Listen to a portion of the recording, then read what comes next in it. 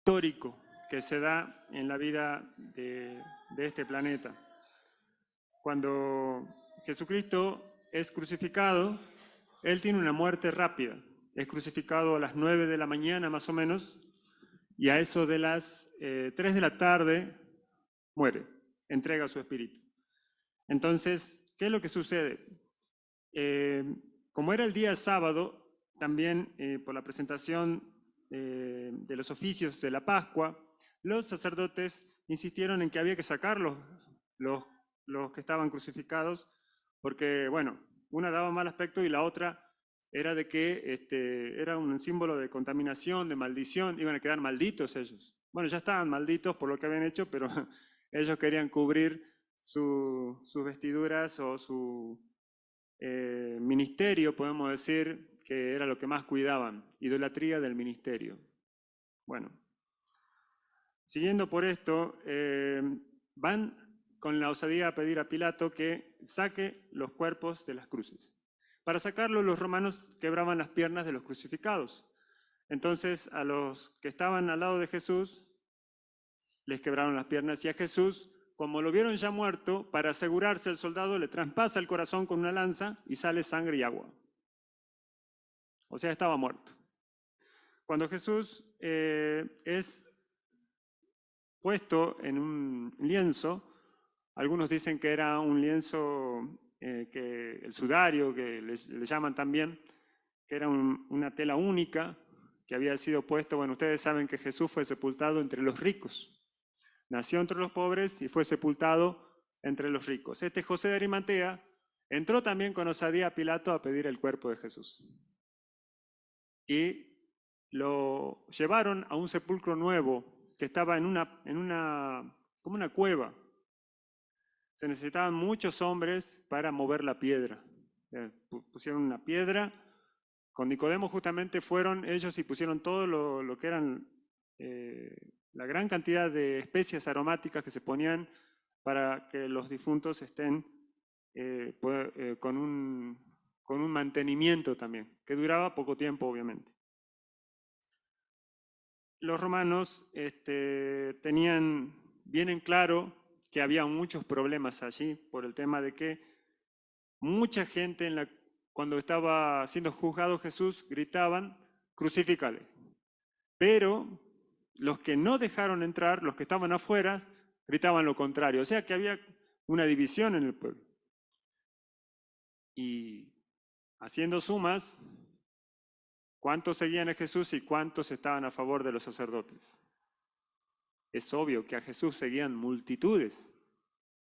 Entonces ellos tenían un problema y estaban preocupados. Y justo cuando entran los sacerdotes, les dicen, bueno, que no solamente saquen los cuerpos, sino que en el lugar donde los sepulten pongan guardias, mucha guardia romana, para que nadie intente robar el cadáver.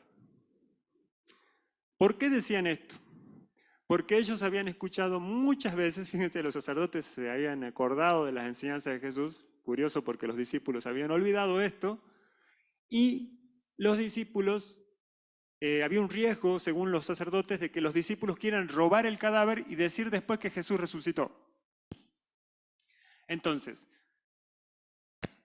Pilato, para no tener problemas ni con los romanos ni con los sacerdotes, envía unos guardias especiales para que cuiden todo lo que es la parte donde iba a ser sepultado.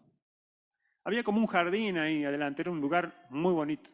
Hoy en día los católicos han hecho como una capilla. En todos los lugares donde fue las escenas de la cruz, los católicos y los griegos y los coptos y todos los siriacos han hecho capillas. O sea que no se ve nada. Usted va a Israel y lo único que ve son pequeñas capillas en donde para entrar hay que hacer fila, creo que incluso hay que pagar algo, ¿no?, para tocar esos lugares. Sea como fuere, la tumba está vacía. ¿Por qué está vacía? Bueno, eso es lo que vamos a ver en esta mañana. Y vamos a ver 3 pasajes que nos van a ayudar. El primero se encuentra en Juan 20.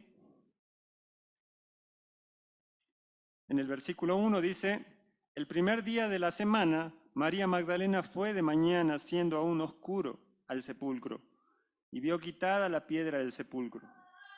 Entonces corrió y fue a Simón, Pedro y a otro discípulo, aquel al que amaba a Jesús, y les dijo, se han llevado del sepulcro al Señor y no sabemos dónde le han puesto. Estos tres pasajes que vamos a ver esta mañana corresponden al mismo evento, pero están en tres libros diferentes. O sea, son tres ópticas del mismo evento. Partiendo de esto, encontramos que esta María Magdalena, que va al sepulcro, se encuentra con que Jesús no estaba. La piedra estaba quitada. Por otros pasajes nosotros sabemos que un ángel había descendido y la puerta, o sea, la piedra se había corrido con un terremoto que había pasado allí. Entonces, van y le dicen esto a Pedro y a Juan, pero en primer lugar nadie estaba dispuesto a admitir esto. O sea, los discípulos no estaban en condiciones de admitir esto. La fe, el miedo, lo primero que pensaron fue otra cosa, se han llevado el cuerpo. Incluso una de las mujeres que va le dice al hortelano, ¿dónde lo has puesto? Dice, o sea, se habían olvidado de tantas veces que el Señor había dicho que al tercer día iba a resucitar. Como les dije recién, los sacerdotes, los incrédulos se acordaban de la enseñanza de Jesús y los discípulos, nada. Pedro y Juan eran incrédulos. Recuerden que Pedro y Juan habían quedado como columnas de la iglesia. Lo dice Pablo más adelante. Todos le hacían caso a ellos. Eran como el círculo secreto de Jesús, juntamente con Santiago. Entonces, si ellos desacreditaban o decían que esto no era cierto, todos los demás discípulos correspondieron inmediatamente a esta idea y empezaron a decir, no puede ser. Entonces el mensaje no fue creído, no lo creyeron. O sea, los discípulos no creyeron que Jesús había resucitado. Y se presentaba un nuevo problema ahí, porque ellos habían bien muerto, bien había sucedido la muerte de Jesús, ellos se habían escondido en un aposento alto. Algunos creen que era la casa de Marcos. Es muy posible que el aposento alto haya sido la casa de Marcos y ellos estaban todos allí encerrados, escondidos. Marcos era de mucho dinero, era una persona que contenía o podía albergar a mucha gente. Al principio, las primeras reuniones de las iglesias, aunque a ustedes les suene un poco clasista, se hacían en la casa de los ricos. Por ejemplo, Marcos, el aposento alto, fue uno de los primeros lugares donde los cristianos se reunían. ¿Por qué? Porque los ricos tenían casas grandes y amplias, ¿no? Entonces ahí podían entrar los grupos de creyentes para poder hacer sus reuniones sin problema. Nadie podía decirle del ruido ni nada porque eran muy ricos, ¿sí? Entonces ellos podían cantar, adorar y escuchar la palabra, quedarse hasta la hora que quieran. Y bueno, esto al margen, paréntesis, de cómo eran en el primer siglo. No había templos, no había locales evangélicos. Las iglesias comenzaron en las casas. Y agreguemos en las casas de los ricos, ¿sí? Lidia, Marcos, todos ellos eran personas de mucho dinero. Entonces, los romanos podían entrar y hacer sus destrozos en las casas de los pobres buscando a los discípulos, pero no los encontraron nunca, porque nunca nadie podía entrar en la casa de Marcos. Entonces era un buen escondite, estaban ahí, escondidos. Entonces dijeron, no puede ser esto, no puede ser. Pero esto agregaba un problema más para ellos, porque desapareció el cuerpo de Jesús, ¿y a quién iban a culpar primero? ¿Qué habían dicho los sacerdotes? Los discípulos se robaron el cuerpo para decir que Jesús ha resucitado. O sea, tenían un cargo más en contra. Entonces, es obvio, como decíamos hace un momento, habían olvidado las palabras del Señor que muchas veces decía, es necesario ir a Jerusalén, ser entregado en manos de los gentiles, pero al tercer día voy a resucitar. Sigamos. Lucas 24.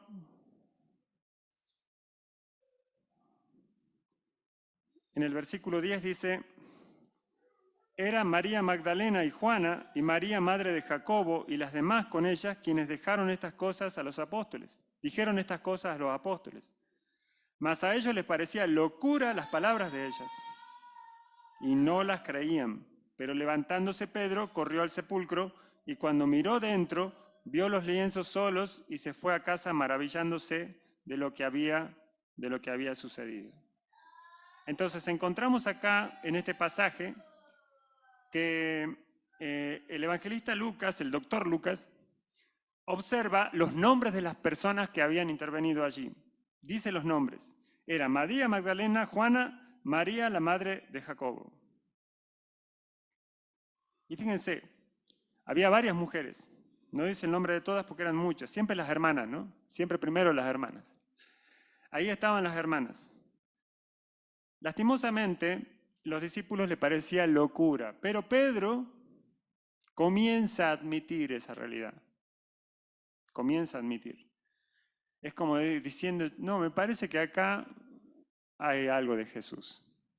Es Jesús. Me parece que Jesús hizo algo acá. Entonces, ¿cuál es la idea de Pedro? Pedro tiene que cerciorarse. La Biblia dice más adelante en las cartas de Pablo que Jesús se le apareció personalmente a Pedro. O sea, ustedes saben que Pedro siempre necesitaba un tratamiento especial, ¿no? Entonces, Jesús se le aparece a Pedro en especial. Y bueno, se cercioran allí que nadie había llevado el cuerpo de Jesús. Se levantó Pedro y corrió al sepulcro. Y dice Lucas que vio los lienzos solos. Este de los lienzos es como que como que ustedes agarran una botella, ¿no? Y bueno, los lienzos eran parecidos a un rollo, como por ejemplo el rollo de papel, ¿no? Y enrollan la botella. Enrollan. Así no podían moverse. Bueno, muerto ya no se podía mover, ¿no? Lo enrollaban completo. ¿Qué pasaba con estas vendas o con estos lienzos? Estaban enrollados, pero no había nada en el medio. O sea, si alguien, bueno, en un ataque de resurrección, así como pasa muchas veces, dice que hay personas que se le dan por muerto y de golpe se despiertan y empiezan, con violencia, hubiera roto los lienzos, pero iba a ser muy difícil romper los lienzos, porque estaba tan enrollado que incluso estaban como endurecidos ahí, ¿no? Con todas las cosas que habían puesto. La única manera es de que alguien salga por dentro y es imposible. Entonces Pedro, cuando vio los lienzos, se fue maravillado. Nadie se había llevado al Señor. Entonces, nosotros encontramos que todo este relato que nos muestran estos pasajes nos llevan a que la tumba estaba vacía. El problema que planteó a sus enemigos fue grande porque los sacerdotes lo que temían se le vino, ¿no? Como dice el proverbio, ¿no? Lo que ustedes teman, eso le va a venir, como un torbellino. Es decir, que ahí la sabiduría dice, ¿no? Yo me reiré de ustedes, dice, ¿no? Cuando les venga lo que ustedes no quieren que les venga. Entonces eso le pasa al impío, al que peca contra Dios. Peca contra Dios y él cree que ha logrado su placer, ha logrado su satisfacción, pero no sabe que eso tiene consecuencias tremendas. Viene la ira de Dios después y lo que ellos no quieren que le pase, eso le pasa. Y le afecta a donde más le duele. Los sacerdotes tenían un problema serio porque no había cuerpo. Entonces ellos tratan de una manera u otra de tapar esto. hablan con los soldados y los soldados le dicen, no está el cuerpo, no está el cuerpo. Y los soldados romanos decían que había aparecido un ángel, que bueno, había corrido de la piedra, que había un terremoto. O sea, si los soldados daban ese informe, lo único que iban a lograr es que la atención de Roma y de toda la gente, del populacho, del pueblo, iba a caer sobre Jesús. Iban a creer todos en Jesús, que resucitó. Porque era el informe de la guardia romana. Entonces, ¿qué hacen ellos? Como buenos judíos, sacan la billetera y le dicen, bueno muchachos, acá tenemos unos amigos que los van a convencer a ustedes. Y le dan unos pesitos, bastantes. Y cualquier cosa, si Pilato o alguien le quiere hacer daño, porque los romanos respondían con su vida a las órdenes, o sea, si se demostraba esto, ellos iban a morir. Pena de muerte. Nosotros vamos a convencer al gobernador, miren las influencias que tenían estos sacerdotes, para que ustedes no sufran ningún daño. Entonces los soldados se fueron contentos, pero ustedes tienen que decir que los discípulos vinieron de noche y se robaron el cadáver. Y esa mentira sigue hasta hoy. Es una falsedad que, bueno, obviamente que quedó demostrada, ¿no?, con los hechos que sucedieron después. Lo cierto es de que se trató de tapar el delito. Dígame si no, los funcionarios han hecho esto muchas veces. Una cortina de humo, ¿no? Tapamos este delito, con plata, con poder, con dinero. Pero no estaba el cuerpo. Y llevar otro cuerpo y ponerlo ahí, todos lo iban a ver. O sea, no estaba el cuerpo. No se podía, la gente ya, el rumor, las mujeres habían distribuido esta noticia a todos. Y varios estaban ahí esperando. No había ningún conejo antes entre las rocas anunciando esto, como dice la tradición, ¿no?, que después el conejo llevó huevos a cada casa y por eso está el huevo de Pascua. Esto es toda una falsedad, una mitología pseudo-católica, ¿sí? Así que no vayan a querer creer en los huevos de Pascua porque todo esto es invento. Los conejos no hacen este tipo de cosas. Pues bien, aquí la Biblia habla de personas reales, personas que estaban observando el sepulcro. Entonces los judíos no podían llevar otro cuerpo allí y cerrar la piedra de nuevo, que era muy pesada, ¿no? Encima el terremoto había hecho las cosas más difíciles todavía. Entonces encontramos que todas las religiones del mundo pueden enseñar los restos de sus fundadores. En algún lugar está en la tumba. Entonces podemos ver que todos los fundadores de las sectas y las religiones están bien muertos y tienen sus tumbas allí y se pueden corroborar. Pero el cristianismo tiene una tumba vacía, no hay nada.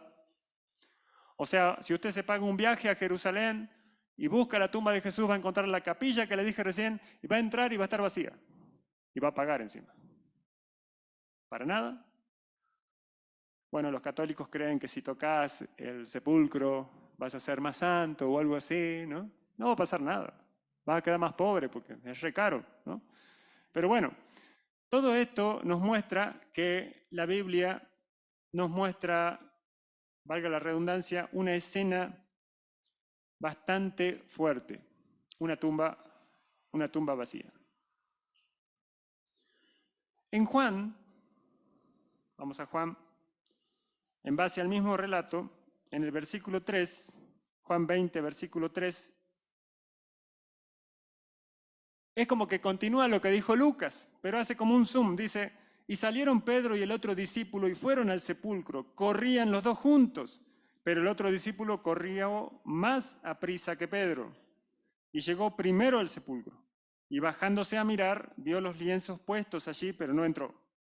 Luego llegó Simón Pedro tras él y entró en el sepulcro y vio los lienzos puestos allí y el sudario que había estado sobre la cabeza de Jesús, no puesto con los lienzos, sino enrollado en un lugar aparte. Entonces entró también el otro discípulo que había venido primero al sepulcro y vio y creyó, porque aún no habían entendido la escritura que era necesario que él resucitase de los muertos. Entonces, es como que los 3 evangelistas comentan lo que sucedió, de buenas a primeras. Pedro y Juan establecieron su liderazgo porque fueron inmediatamente a verificar. Esa es la tarea de los encargados de ministerio, de los que son líderes o los que tienen a cargo las ovejas. Verificar. Antes de dar su aprobación. Verificar. Toda circunstancia, verificar. Primero verificar. Y las cosas eran así, no había mucho para decir. No estaba el cuerpo, estaban los lienzos, como expliqué recién. Y es curioso este Juan, ¿no? Porque Juan le gana la carrera a Pedro, pero se queda parado, no entra. No, yo por ahí no paso. Dice, no, me quedo ahí. Y Pedro entra, ve los lienzos, como vimos en el relato de Lucas, y comprueba que el sudario estaba aparte, dobladito. Bueno, algunos dicen que ahí estaba el rostro de Jesús y lo tienen incluso, dicen que ese es el sudario. O sea, hay mucho de tradición también. Hay mucho de tradición detrás de todo esto, en la cual la gente cree que el sudario que está en un lugar, en una vitrina ahí en Roma, es el sudario de Jesús. La verdad es que no lo sabemos. Y lo más probable es que no sea. Ve los lienzos, entra Juan también. Los dos revisaron. No estaba Jesús. Entonces, ¿Jesús resucitó? Sí, resucitó. Y apareció a muchos. Ahí en los cuadros vamos a ver que apareció a María Magdalena, bueno, la mujer que le había sacado 7 demonios. No sabemos la edad de María Magdalena. Algunos la ponen joven, bonita, ¿no? No sabemos. Por ahí era una señora de mucha edad, no sabemos. Siempre la hacen súper joven a María Magdalena. A las mujeres que fueron al sepulcro, bueno, ¿había otras mujeres? Sí. O sea, las mujeres en el ministerio y en la Biblia y en Lucas principalmente tienen un papel preponderante. Esto es muy inusual en la literatura de la época. Es como el que el cristianismo pone en relieve la actitud de Dios hacia la mujer. La integra en el ministerio y en este caso para dar buenas nuevas. Es curioso todo el relato de Mateo 28. Siempre se habla de la gran comisión y sabemos de memoria que la gran comisión es ir a hacer discípulos, ¿no? Pero hay 3 comisiones allí en Mateo 28. La primera comisión es la que le dicen a las mujeres, Jesús mismo le dice, vayan a los discípulos y díganle que estoy en Galilea, ahí los espero. Ellos ya sabían el lugar. Los comisiona para esto. La segunda comisión es la que los sacerdotes le hacen a los soldados. Le dicen, ustedes van a decir esto, van a decir que robaron el cuerpo y le van a dar dinero para eso. Una mentira. Y la tercera comisión es ir y hacer discípulos a todas las naciones. 3 comisiones.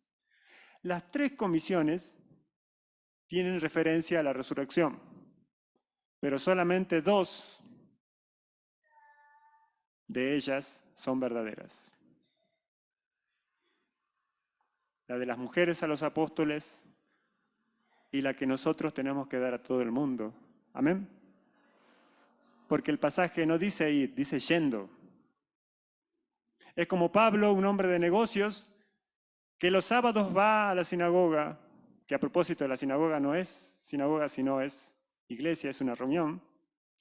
Los sábados va a la reunión a hablar de Jesús, pero de lunes a viernes trabaja haciendo carpas. Y él yendo, hablaba a sus clientes de Cristo. Todo lo que le había sucedido camino a Damasco. Somos misioneros, queridos hermanos, donde vayamos. la gente puede conocer a Jesús, no solamente a través de una reunión de domingo. Usted de lunes a viernes trabaja, en el trabajo es misionero, y contarle lo de Jesús a la gente. Esa es la idea. Se le apareció a Pedro, como dijimos recién, se le apareció a los discípulos camino de Emaús. Dice que no lo reconocieron. Él no se dejó reconocer. Es como ese manto que me dieron ayer, ¿no? Se cubría toda la cara y era de noche y ellos eran medio viscos, parece no veían bien, ¿no? Entonces no lo reconocieron a Jesús. Pero cuando partió el pan, ahí se dieron cuenta que era Él. Habrá tenido algún gesto, habrá tenido algún cariño, habrá tenido alguna tonada, una forma especial, porque ellos lo reconocieron. Es Jesús. Pero desapareció de su vista.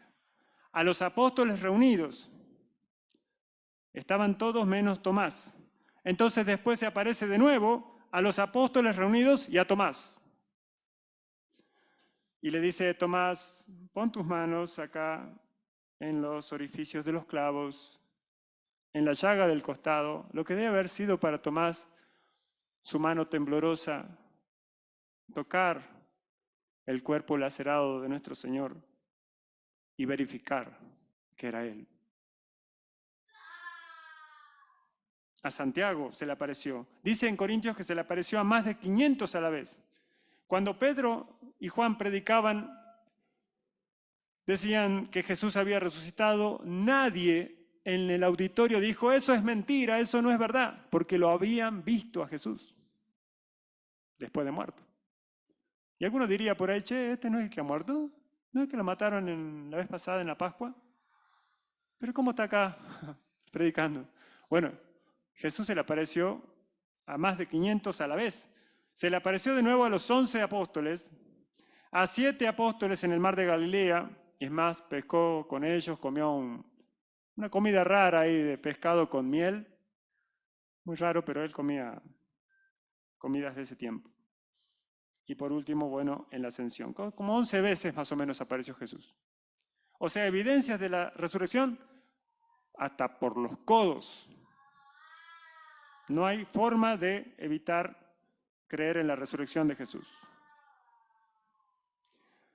Pero para nosotros, mis queridos hermanos, en esta mañana, la resurrección tiene aplicaciones para nuestra vida. Y anote ahí si tiene riesgo de olvidarlo. Pero la resurrección es señal de obra absoluta. O sea, se terminó la obra que Él venía a hacer. Jesús vino con una misión, dar las buenas nuevas, ofrecer su vida en una cruz y resucitar. Misión que después su comunidad volvió a transferir a la gente. O sea, la iglesia hablaba de que Jesús había enseñado esto y lo otro, había sido sepultado, resucitado. Ese es el mensaje que daban los primeros creyentes y nosotros también hoy. Entonces, Jesús como siervo había cumplido su misión, venir al mundo, de tal manera amó Dios al mundo que dio a su Hijo para que todo aquel que en él cree no se pierda, más tenga que vida eterna. Cristo, al resucitar, le otorga al creyente su justicia. ¿Qué quiere decir esto? Que cuando Él logra el plan de salvación y vos creés, dice, de manera que de cierto os digo, que si alguno oye mi palabra y cree al que me envió, tiene vida eterna. Y no vendrá a condenación, mas ha pasado de muerte a vida. Juan 5:24. Pues bien, cuando la persona oye y cree, Dios lo sumerge o lo bautiza, lo sumerge en el cuerpo de Cristo. ¿Qué quiere decir esto? Que Dios ya no ve a Ramiro, ahora ve a Jesús. Ya no vivo yo, mas vive Cristo en mí. Es decir, vos te ves al espejo y te ves pecador, te ves contaminado, te ves corrupto y todo esto, aparte de mechudo y todo lo demás. Bueno, todos los que tienen cabello todavía, ¿no? Pero Dios no te ve así. Cuando te observa, ve a Jesucristo. Te puede resultar imposible. te cueste creer o no, pero vos estás en Cristo. Dios ve a Cristo. Pero esto no significa que vos tenés que vivir una vida como vos quieras. Total, estoy en Cristo. Sino que vos serías un ingrato. Seríamos ingratos si vivimos como queremos cuando Cristo hizo semejante sacrificio para salvarnos. Entonces Dios ve a Cristo, te otorga la justicia, te imputa la justicia de Cristo. Bueno, pues bien, quedamos declarados justos sin serlo en la práctica, pero en la parte legal es completamente válido porque alguien pagó el precio con sangre. Entonces Cristo paga el precio. Recuerden que cuando Jesús muere en una cruz, Él pagó por tus pecados, la paga del pecado es muerte, entonces Él pagó con su muerte tus pecados y los míos. Y presentó esa sangre en el altar, no hecho de manos humanas, allá en los cielos, dice Hebreos. Y pagó. Pedro dice, no con oro ni plata, sino con la sangre preciosa del Hijo de Dios. Pagó nuestros pecados. Si Él no hubiera resucitado, ¿quién paga? No hay paga. Jesús pagó. También vemos que la resurrección para nosotros, mis queridos hermanos, en esta mañana, es una base también para nuestra esperanza. ¿Esperanza de gloria, diría alguno? Por supuesto que sí. ¿Por qué? Porque Él fue el primer resucitado de muchos hermanos. Esto lo dice Colosenses, varios pasajes. Quiere decir que hace rato preguntaban sobre el tema de la muerte y nos aterra pensar en la muerte. La muerte enamorada que ronda como un ángel asesino, dice, ¿no? El poeta. Cuando venga la muerte, para nosotros solamente va a ser un paso para la resurrección. Es decir, que la persona muere, tu alma va inmediatamente al cielo y en el cielo vas a recibir premios por las cosas buenas que hiciste aquí. Y cuando llegue el momento, Cristo te va a resucitar primeramente, dice en Tesalonicenses. Entonces, la muerte ya no es desconocida para el creyente. La muerte perdió su poder, porque recuerden, cuando el hombre pecó, el resultado fue la muerte. O sea, Dios no había pensado en un hombre que muere. Dios había pensado, su plan original era un hombre que viva en el paraíso, con Él. El hombre peca, pierde los privilegios, pero son recuperados gracias a Jesús, gracias a la resurrección. Entonces el hombre muere, el creyente muere y resucita con Cristo. La muerte solamente es la espera del rapto. En el cielo están ahora mismo con Jesús, gozosos, viéndote a vos acá abajo, la gran nube de testigos en tus luchas. Te observan. Observan cómo corres hacia la meta. Dice, puesto los ojos en Jesús, dice también Hebreos, autor y consumador de la fe, ¿cómo tenemos que correr? Con paciencia, sin mirar atrás como la esposa de Lot, que se quedó paralizada en el tiempo por tanto ver el pasado fue mejor. El pasado no fue mejor. El presente y el futuro es mejor para el creyente. Entonces encontramos que tenemos una carrera por delante y el final de la carrera va a ser el encuentro con Jesús para después resucitar con Él y nunca más morir. La muerte perdió su poder. La muerte encontró su muerte con Jesús. Podríamos decir que la resurrección también es la base de la seguridad. ¿Por qué la seguridad? Porque el pecador que cree es puesto en Cristo, lo dijimos recién. Pero acá hay un acento en esta doctrina fundamental. Porque el pecador es puesto en Cristo y es puesto en el cuerpo de Cristo, que es la iglesia. Cada uno tiene su función. Hace ratito decíamos en el comentario que los creyentes, dice, subió a lo alto y dio dones a los hombres. Es decir, que cuando vos recibís a Jesús, Dios te otorga un don, un regalo, un talento sobrenatural para que vos desempeñes en el cuerpo, una función dentro del cuerpo. Por supuesto que ningún creyente es reemplazable, no lo creas. Se va una oveja y el cuerpo pierde esa función. Nadie puede reemplazar, no es como Scaloni que puede poner a otro cuando saca a un jugador bueno. Los jugadores de la selección compiten entre sí por el puesto. Eso se está viendo ahora. Compiten. Entonces todos tienen su oportunidad, pero en la iglesia no es competencia. En la iglesia cada uno tiene su función, uno es un dedo, el otro es una parte importante, es un oído, el otro es una nariz, todos tienen su función. Por eso es que cuando el creyente deja de congregarse, la iglesia nunca gana, pierde. El creyente está en sus manos. Jesús dijo, mis ovejas oyen mi voz y me siguen. Yo las conozco y me siguen. Y yo les doy vida eterna y no perecerán jamás, ni nadie las arrebatará de mi mano. Los ladrones en la facio te arrebatan la cartera y salen corriendo, imposible alcanzarlos. Porque ejercitan todos los días esas piernas para robar. Son como una sombra así, ¿no? Son rapidísimos. Ingenuamente la gente que hace va con el celular así como bandeja, ¿no? Y así ve el mensaje. Viene el otro, ahora lo ves, ahora no lo ves. Arrebata, el arrebato que dicen los policías, lo arrebató. Bueno, el arrebato es imposible en Cristo. De su mano nadie puede arrebatarle nada. Vos estás en sus manos.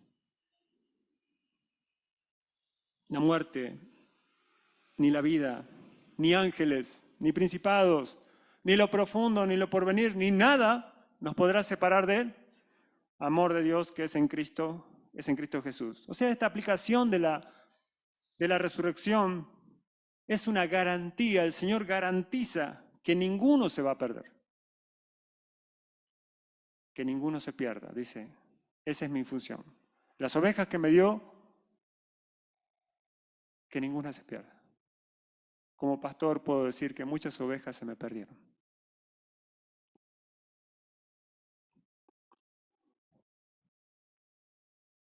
Pero a Jesús no. Y Él las sigue buscando. Y las va a encontrar. De Él ninguno puede irse. Él la busca hasta encontrarla. Y la cura y la trae de nuevo. Quizás no a esta congregación, pero sí a otra.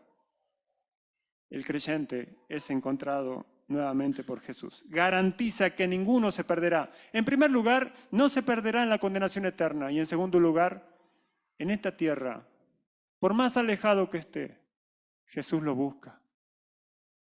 Lo busca. Nosotros, los pastores humanos, tenemos limitaciones de tiempo, de horario, de fuerzas, de edad. Y de tiempo en el ministerio también, porque nadie queda para siempre. El año que viene a mí se me vence, ¿no? Los 5 años. Y después no sé qué pasará. Pero Dios lo sabe. Dios dice, mi Padre hasta ahora trabaja y yo trabajo. Jesús no deja de trabajar. No es que llegó al cielo y se quedó sentado y bueno, ya hice todo. No, Él sigue trabajando, buscando a la oveja perdida hasta que la encuentra. Él garantiza que ninguno se perderá. Solamente aquellos que rehúsan creer en el Evangelio. Para terminar, la resurrección identifica con la nueva vida. Vidas transformadas son los milagros que tenemos hoy en día. Si la gente te ve a vos y a mí con una vida diferente, con un Cristo bien vivo en sus actitudes, va a decir, este es un símbolo y una evidencia de que lo que dice Jesús es verdad, porque con sus actitudes lo está demostrando. Vidas transformadas, vidas cambiadas. Y acá no existe si antes eras de familia evangélica o de familia católica o musulmana, no importa. No importa de qué familia seas, cuántos años hayas tenido en esa religión o no hayas tenido religión, no importa eso, no tiene absolutamente nada que ver con eso. Tiene que ver con que todo ser humano, sea evangélico, sea católico, musulmán, mormón, testigo de la religión que sea, tiene una naturaleza caída y perdida. Y esa naturaleza es la que nosotros dejamos atrás. Ese es el mundo. Esa es la vieja naturaleza, ese es el pecado que dejamos y dejamos que la nueva naturaleza en Cristo, un hombre creado según Dios, viva en nosotros. La regeneración. Esa vida transformada es lo que este mundo necesita. Durante años la política ha intentado seducir a la iglesia. Todo el poder. Y algunos han entendido que es a través de la política. ¿Qué le dijo Satanás a Jesús? Todos estos reinos te daré si postrado me adorares. Te doy el poder político, vas a poder hacer todas las reformas, los DNU que quieras. La iglesia muchas veces ha sucumbido con el poder y ha pensado que entrar en la política era la solución para este mundo. Mentira del diablo. ¿Cuál fue la primera tentación del diablo a Jesús? Convierte estas piedras en pan. Tenías hambre. La tentación a la iglesia. ¿Cuántas veces fue? Dad de comer a la gente que no tiene. Visitad a los enfermos. Y la iglesia lo hizo. Y se centralizó en eso. Pero el alimento, Jesús mismo lo dijo, no solo de pan vivirá el hombre, sino de qué? Toda palabra que sale de la boca de Dios. Competir contra manos abiertas, contra las fundaciones que hacen esto, es inútil. La iglesia no está para eso, la iglesia está para dar la palabra de Dios. Pero muchas veces se confunden las cosas. La iglesia entra en la política, entra en el asistencialismo. Y la tercera tentación, tírate abajo. Lo espectacular. El show. Voy a la iglesia porque ahí hacen milagros. Voy a la iglesia porque ahí tienen unas canciones tremendas. Una atención brillante. No es como en esta religión que siempre es lo mismo, ¿no? Voy a la iglesia porque ahí el pastor tiene un traje brilloso, ¿no? Y parece un ángel. Lo espectacular. Tírate del pináculo del templo y vendrán los ángeles. Todos verán, todos van a creer. ¿Cuántas veces la iglesia cayó en lo espectacular, en hacer grandes eventos? ¿Cuántos resultados tenemos de esos eventos? Nada. Solamente llenar salones. Pero verdaderos creyentes en Cristo, nada. Pasaron. Entonces, encontramos que las vidas transformadas tienen que ver con personas que tienen a Jesús vivo en su cuerpo, que no han sucumbido contra estas tentaciones diabólicas, de luchar por un partido político, de meterse en hacer obras, de hacer cosas espectaculares, sino de vida, tu vida transformada. ¿De qué me sirve a mí defender una postura política, ayudar a miles de pobres y tener ahí un ministerio espectacular y mi familia un desastre? Y mi vida que no corresponde. Inmoralidad, fracaso en lo económico, deshonra por todos lados. Eso es lo que ha logrado este camino del mundo. La resurrección de Jesús te tiene que llevar, sí o sí, a darte cuenta de que la vida sin Cristo, como dice Efesios 2:1, estamos muertos. Es como cuando te compras una plancha, bueno, la parábola de la plancha los discípulos la conocen, compras la plancha y vas a planchar. ¿Qué es lo primero que hay que hacer para que la plancha funcione? Enchufarla. ¿Alguno de ustedes quizás planchó sin enchufar la plancha? Y alguno que sea muy ingenuo. Algunos parece que esta mañana algunos hicieron así, ¿no? Pero bueno, no sirve sin estar conectado.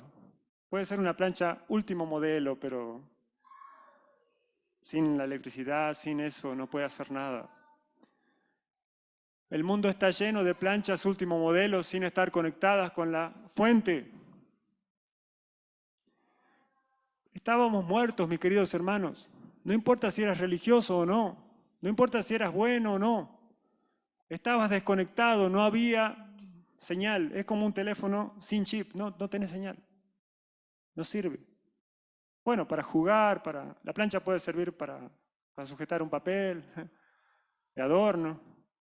Vemos un montón de jóvenes en el centro, muy fuertes, muy inteligentes, con la fuerza de hormonas, con un futuro por delante, pero desconectados. Son planchas que no sirven para planchar. El propósito original para el que fue creado no lo están haciendo. Y hacen carreras, invierten, y hacen familias, y tienen muchos hijos, y esto y lo otro. Y están desconectados, y viven así, desconectados, muertos en delitos y pecados. Efesios 2:1. Sin embargo, la resurrección a nosotros nos muestra que si habéis creído en Cristo hemos, ¿qué? Resucitado. Ya está, las cosas viejas pasaron, aquí todas son hechas nuevas. Mis tendencias pecaminosas, haya estado en el mundo, en la iglesia católica, haya sido evangélico, no importa, mientras estaba en el mundo, porque el mundo es un sistema, es una corriente que arrastra religiones, se arrastra de todo, esas tendencias están atrás. Ahora ya no vivo yo, mas vive Cristo en mí. Y lo que ahora vivo en la carne, lo vivo en la fe del Hijo de Dios, el cual me amó y se entregó a sí mismo por mí. No menosprecio la cruz de Cristo, dice Pablo. Por último, ahora puede vivir en base a principios bíblicos. Y ahí nos vamos a detener un momento. Una persona resucitada necesita sí o sí alimentar su vida, como dice el apóstol Pedro, como bebés recién nacidos, que buscan tomar la leche de su mamá. Así, desead la palabra de Dios. ¿Qué pasa? Bueno, las mamás presentes, cuando el bebé tiene hambre. Llora. Y llora despacito. Casi no se lo escucha.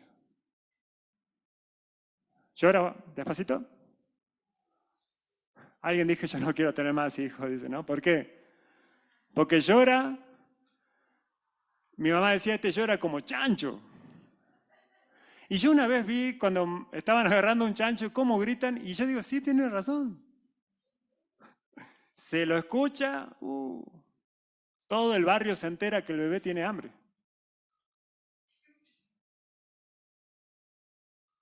Si fuéramos así con la palabra, Pedro, un papá, un hombre casado, sabía lo que hablaba. Nunca podría haber sido un sacerdote en un monasterio. Pedro era un hombre en un ministerio, un hombre con propósito, con familia, con hijos. Y él sabía que cuando un bebé llora, hay que darle su leche. ¿Estás llorando por la palabra? ¿Estás llorando a gritos? ¿Nada te complace? ¿Ni la película de Netflix te complace? ¿Ni la canción de Spotify? ¿No? ¿Ni el videíto de YouTube, ni el jueguito que ha salido al último? ¿Nada te complace? Bueno, trata de darle a un bebé tecito, agüita, juguito, para convencerlo, para engañarlo. Trata de hacerlo. ¿Qué va a hacer el bebé? Te tira la mamadera. Isaac agarraba la mamadera, tiraba. Inolvidable. Y quería su leche, ¿no? Y de la marca que tomaba él, ¿no? Porque si era Nutrilon, no. No. Tenía que ser NAM. Pues bien, no sé cómo hacen ellos para distinguir, pero los papás saben que los niños son muy especiales. Y nosotros somos niños, pero no somos niños en la infantilidad, o sea, ser infantiles. Tenemos que ser niños ¿en qué? En la malicia. Sed como niños en la malicia. Y esto de vivir bajo principios bíblicos nos hace ser como niños, tener la fe de un niño, la confianza de un niño, que esto que está escrito en la palabra de Dios es útil para mi vida, para ser un resucitado como Jesús. Entonces, Cristo te invita esta mañana a vivir esa nueva etapa, una nueva vida, en su seguridad, en la esperanza. Yo te invito a cerrar tus ojos y vamos a orar. Vamos a orar por todo esto que el Señor nos ha hablado. Señor, nos ponemos en las sandalias de estas mujeres, de estos protagonistas como Pedro y Juan, y entramos, Señor, al sepulcro y vemos los lienzos allí. En nuestra imaginación vemos los lienzos, pero no hay nada en el medio. Está el sudario doblado. ¿Y todo esto para qué, Señor? Para que hoy tengamos esperanza, seguridad, nueva vida. Quisiéramos ser resucitados. Quisiéramos ser templos portátiles, Señor, que andan por el centro de Jujuy, por Palpalá, por donde nos lleves. Hablando de estas cosas a todos y dejando que tu palabra reine en nuestro corazón y nos resucite a una nueva vida. Si hay alguno aquí que todavía no ha creído, que todavía no sabe de estas cosas, oramos por él, por ella, esperando que también pueda, Señor, conocer a ese Jesús que nosotros hemos conocido, que no es el Jesús de la iglesia evangélica, católica, mormona, no es ninguna religión. Es un Jesús que está vivo, que se nos apareció a nosotros y que nos guió y nos guía constantemente hacia ti, hacia el Padre. Que vos bendigas, Señor, a esa persona que ha venido, quizás por primera vez, con tu salvación, y que no se vaya igual, Señor. Que bendigas también a aquellos creyentes que batallan todos los días, Señor, con este mundo perverso. Que sean como luminares, Señor, y que toda la gente conozca su vida transformada en ti. En el nombre de Jesús. Oramos. Amén y amén.